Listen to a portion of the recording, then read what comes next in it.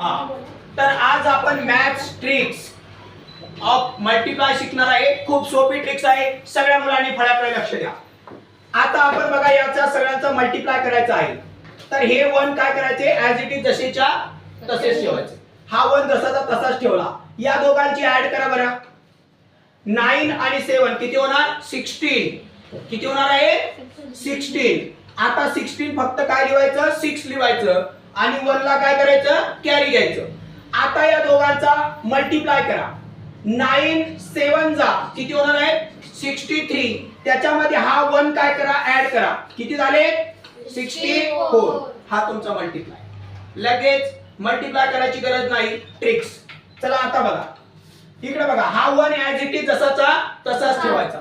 याचा आणि याचा प्लस करा. या दोघांची प्लस किती होणार 11. 1 येणार. आता 1 काय झाला आपला कॅरी आला.